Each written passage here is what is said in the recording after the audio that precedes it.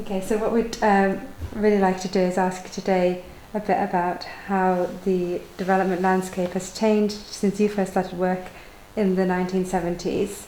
Have things changed unrecognisably, or do you see some of the same scenes today as you did back when you first started?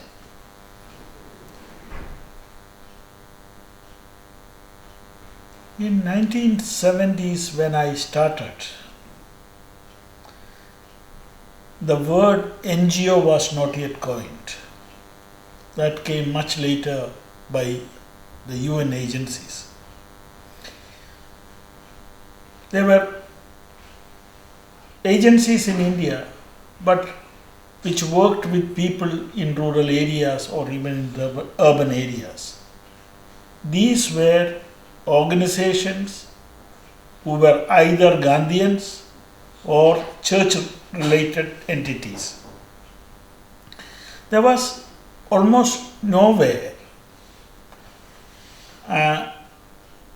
qualified professionals coming out and wanting to work with rural people, with disprivileged sections of people in rural areas.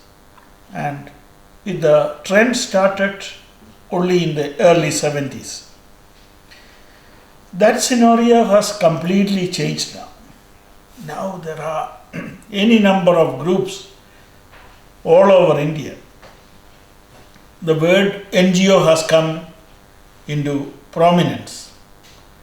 The government, multilaterals, bilaterals all want to or are willing at least to dialogue and work with these organizations. This was not so. We could not get the government at that time to work with us.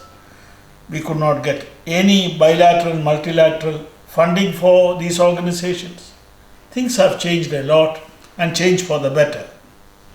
But for say about 10 to 15% of the population who were at that time right at the bottom of the ladder, I must say things have not changed very much. For the rest of the people, it has changed a lot. But these people, things have not changed much. That's really interesting. Do you have any thoughts on why things haven't changed for maybe the people that 10 to 15%? Yeah, things have not changed for these people because though in our constitution we speak about equal opportunities for all, but that is an ideal which has never been worked out in India. In principle there is equal opportunities, but if you are a disprivileged section of the people, there may be exceptions, there might be anecdotal incidents, but there has never been a concerted effort to bring this sort of an inclusion so that all benefit at least at a certain level equally. That's brilliant. What about the communities that you've been working with? Which were the first communities that you started working with? Yeah, over the last 42 years, yes, we have worked.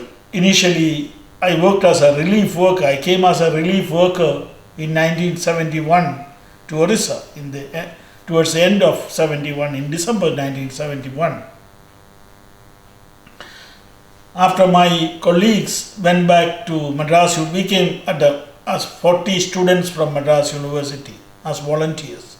After they returned to Chennai or Madras, it was called at that time, I was alone in this area, and later on a few others joined me. We thought the best thing to do was improved agriculture, irrigation and improved agriculture. We did that. It was technically I think a very big success. But we were not for improving agriculture alone. We wanted equity, egalitarianism. We did not get that. So with our irrigation program, those who had a lot of land benefited a lot. Those who had some land benefited to some extent. those who had no land, the benefit to them was very little. They got a little increased labor.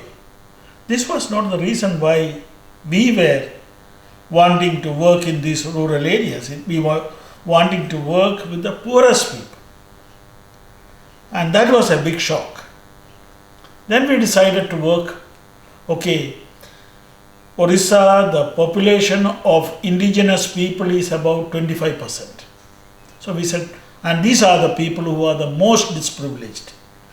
We wanted to work with them. So we began to work. And it was a huge struggle because all assets of the indigenous people were almost taken away by people, landlords, liquor merchants, traders, money lenders. So it was a concerted fight with these people, with the people, because the government had by then made